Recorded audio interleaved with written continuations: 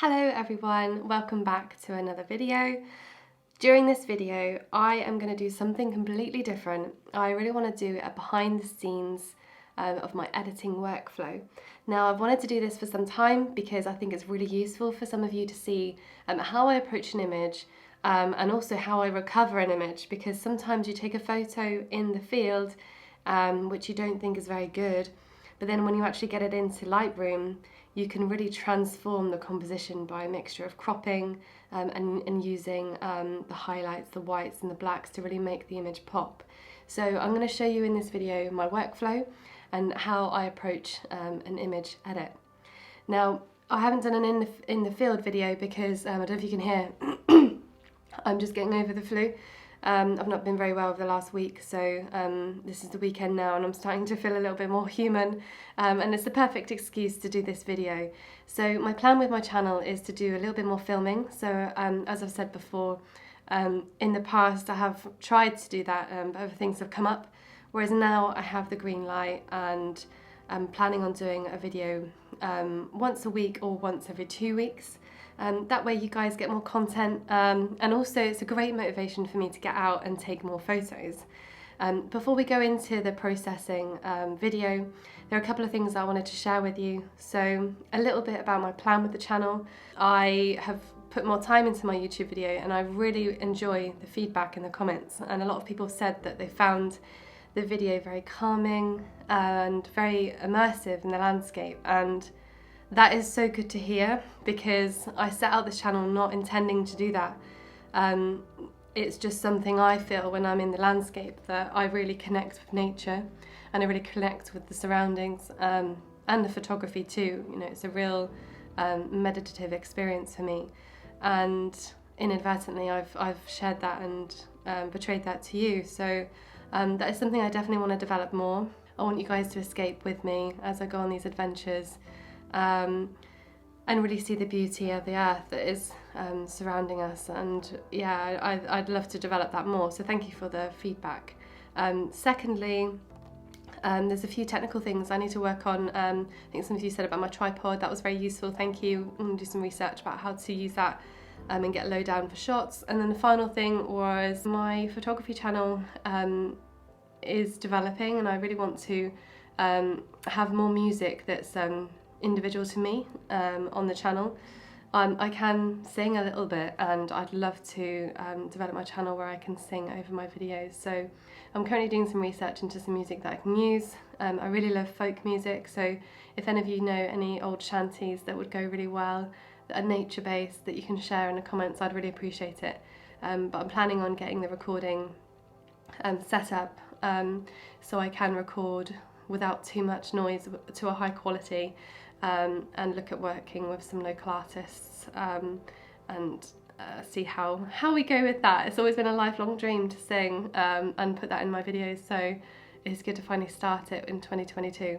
But that's the end of the announcements. Let's jump straight into the video where you can see my workflow process. Right, I am going to crop the image. As you can see, the original image is just so different to the final piece, and this is where it's really good to show a start of an editing piece from start to finish, because you may take a photograph and you think there's nothing you can really do with it. However, crop tool is your friend. So with this image, I quite like the 4x5, and I'm going to go really close in. I like the orange of the trees here with the contrast of this colour. I don't want too much green in there, and I like this tree down here on the right hand side. So what I'm going to do is I'm going to crop it in there. Now we've got our crop, you can just see how it's transformed the image. We now have this fiery tree here that looks like it's been ignited, and then you have these kind of cooler, almost bracken coloured trees here that kind of stand out. So with this image, what I want to do is I usually just reduce the highlights, just to take the punch out the highlights for now, but I do increase the whites. I know it's counterproductive, but I do like to bring the whites out, not too much, but just enough, so there's a bit of a punch. I may play around with that again in the future. bring the blacks down, so you want a little bit of depth in the image. Now you can go really dark with this one, I just think it's too much. So I try and just make sure, looking at your histogram here, that you don't have too much on one side. As you can see, it draws to the left and then you've got the black in the image. When you have this peak here, it means that you've gone over, you can see that's pure black there that you don't want in the image. So what I like to do is just bring it back and really play with that contrast, see the worst, and then you can kind of bring your eye to where it needs to be. Think about there. Now there's a lot of colour going on in this image and it is quite distracting, so there's a few things I want to do. I'm just going to add a little bit punch of contrast, just because I find that helps sometimes. I'm going to take a bit of saturation out, just because I don't want too much in there. I kind of move these two together, just like vibrance out and saturation in. I seem to do that a lot with my images. I don't know if anyone else does the same, but vibrance and saturation I feel are different, and the highlights and whites are different, and sometimes I'll oppose them. Seems to get good effects for me. Looking at the colour spectrum, so this is very busy and there's a lot of colour going on. I feel like the green is very distracting, and I often take green out. And now instantly that's just made things a lot more easier to digest on the eye. So looking at the before and then the after, it simplifies things. You're dealing with a smaller range of colours, which I think is better. It's much more visually appealing. And sometimes I'll just I get a lot of purples with my camera. So I move these up and down just to see where they are. I do want to take some of those out actually, because it's just there in the corner, but that's fine. Looking at your hue now, I like to turn my yellows orangey, but not too much. So I kind of go from one spectrum to another and just look at the difference. Now I want a touch, not too much, just about there. And yellows, let's play around with those. I think I really like the yellow being quite orangey. Seems to suit the other colour quite well. So let's match those at -9 and -9. Moving down, I then just go into sharpening, making sure that it's a good sharpness level. Now with this, I often do the masking tool. So if you hold the Alt button, you can move this scale here to show you what you want on focus. So what's white will be sharpened and what's black won't be. So white is the whole image being sharpened, and then I usually go around about here, just making sure those main bits are sharp. I feel like that makes the image really punchy, and it also makes the areas of the image that are meant to be softer. Is there much noise in this image? There isn't actually much noise. You can do noise reduction to get a softness to the image if you want, because you're still going to get that sharpness, and the noise reduction just adds a bit of a softness, which it does here really nicely. So I think I'm going to keep that noise reduction. Next, moving on to these boxes here, lens corrections. Now I normally do tick those because it helps reduce any sort of profile corrections of the lens. And then a vignette. I think a vignette would be good here, just to draw the eye into the middle of the image. You've got lots going on the outside, so bringing the view to the center of the image. And then once I've added a little bit of a vignette, I normally come back up here and just kind of play around with my whites a little bit more, because I do want it to be punchy in the middle. Maybe even my highlights. Yeah, I think that seems to work quite well. One final thing I sometimes do with images is I'll look at the coolness of the image and whether or not it needs to go cooler or warmer. I mean, well, this is just such a giving image. It's very responsive, and I can really change so much of the feel of the image using the warmth. Now, I normally err on the cool side, but this just seems too kind of unnatural for this image. So a little bit of warmth. Where's the original? It's here. So a little bit of warmth. About there. Maybe less. It feels a bit too much. I think where it is fine actually. Maybe even slightly less. And that is it. There's not much else to it. You can see how we've transformed this image, which I wasn't going to include in my video. I kind of felt a bit disappointed by it, and I was really trying to work the image in terms of what I was seeing and what I was trying to recreate, and to go from this to the final piece, which is this one here. I feel like it's a whole other image. It's got so much going on with it, and I really like that. There's a lot of variety. Something I have talked about with this image in the past, and I think I'll talk about again because I think it's really relevant, and I think it sort of says a lot with this image. So this is very much an abstract style photograph of nature, which reminds me of a painting. The orange colours are like a winter fire against the backdrop of bracken and the silver birch. It's almost like nature's version of one of Rubens' famous angelic paintings. I don't know if you've ever seen one of those, where you've got a story in the image, or in the painting, you've got a story in the painting where figures tell a story of love, loss and battle. And when I edited this image, I really did dislike the first edit, as I've said, but when I've cropped it in, it's really transformed into something rather special. A light with atmosphere and story. So yeah, I hope you guys like this one. This is one of my favourite images actually, and I've really edited this from scratch. So I'm just going to go in to change the crop slightly, because I think these trees on the right are much better. But yeah, that's that image. Let's move on to the next.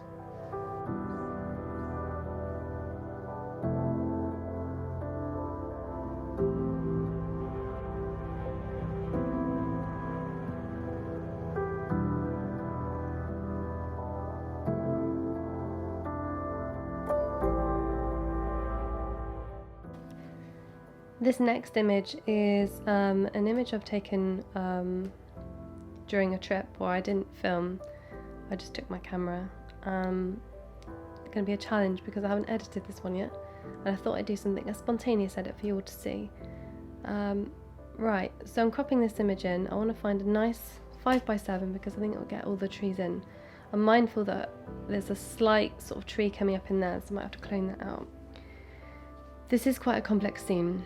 What drew me to the image is this branch here and the story between these 4 trees here. Now we have a lot of blown out highlights at the top, which is going to be a very difficult challenge. We either embrace them or we get rid of them. So let's see what the highlights do. Yeah, that doesn't really do too much. I think we are going to have to get rid of them because there's just too much whiteness for my liking. If you're going to crop, you're also going to have to sacrifice part of the composition as well. So I'm just looking at different options. Now that I'm cropping in slightly more, I'm going to go for the strongest part of the image, which is this collection of trees here. Yeah, the composition's just gone completely off. This is a challenge. It'll be quite a good one for you to see. I think that's the strongest. Yeah, let's go with this. Slightly move it over because I do like that branch there. Okay. Yeah, let's leave this for now. I think we are just going to have to embrace the sky.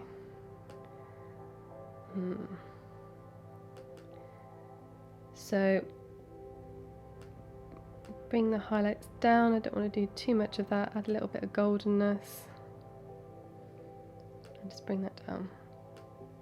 Now the image itself, we do want to reduce the highlights, but not too much, because there's that weirdness going on in the sky.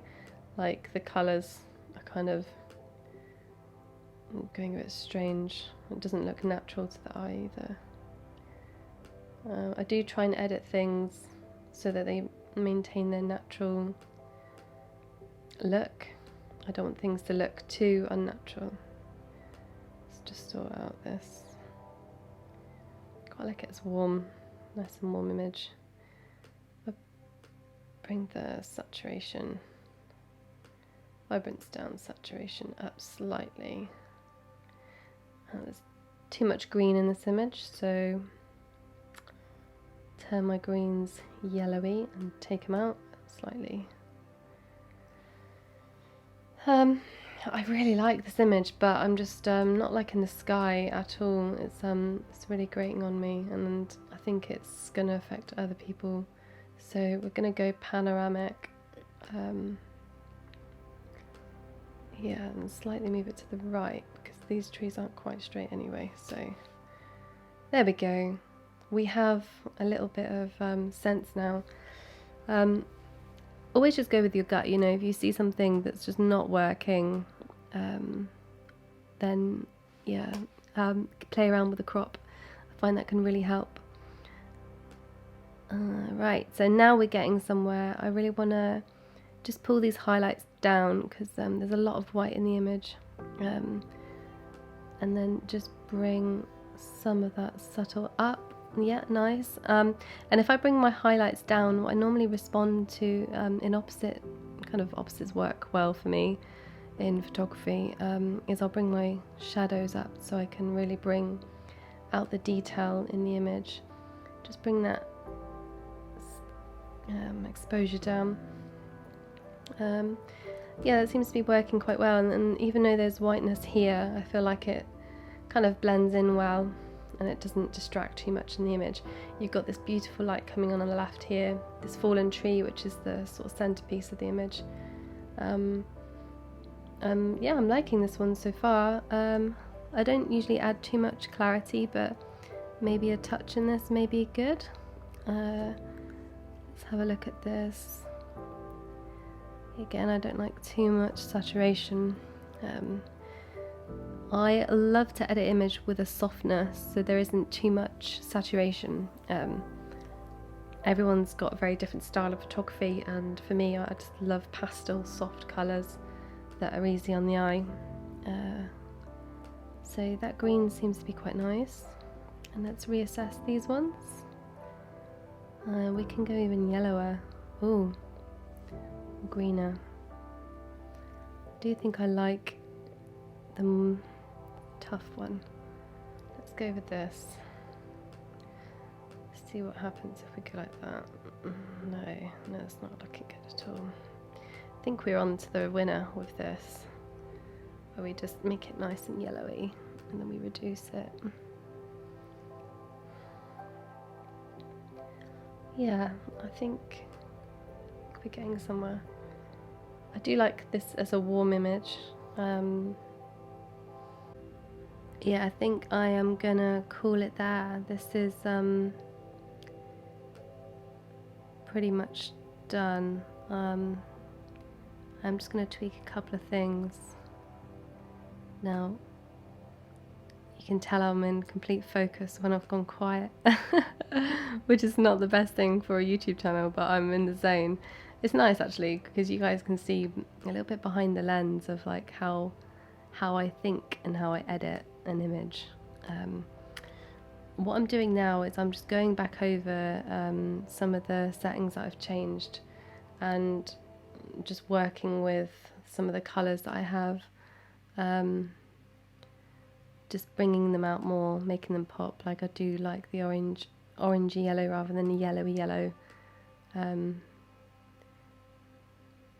Yeah, something soft, something subtle, slightly warm, so that it has this nice warmness to the forest because it's autumnal, but not too grating in colours. So a little bit of a vignette to draw the eye, and that just transforms. Like before it's very flat, and the moment you add a vignette, boom, it really draws your eye in. Let's go about there. Too dark. Yeah, I think this one's pretty much done. I mean, I'll always tweak a little bit here and there, but I'm gonna leave it alone, I promise. Right, there. Okay, this one's done.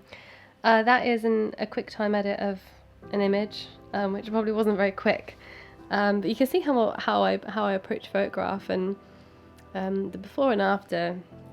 So this is one of the similar images, which looks kind of like a nothing image, really, and then to transform into something really quite magical, and with the right cropping and just the right mindset in terms of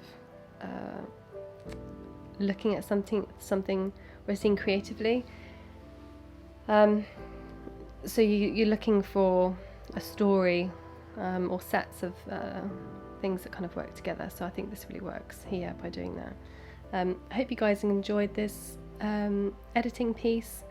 I don't often do these, so let me know in the comments what you guys think of this editing series, and I look forward to seeing you guys in the next video.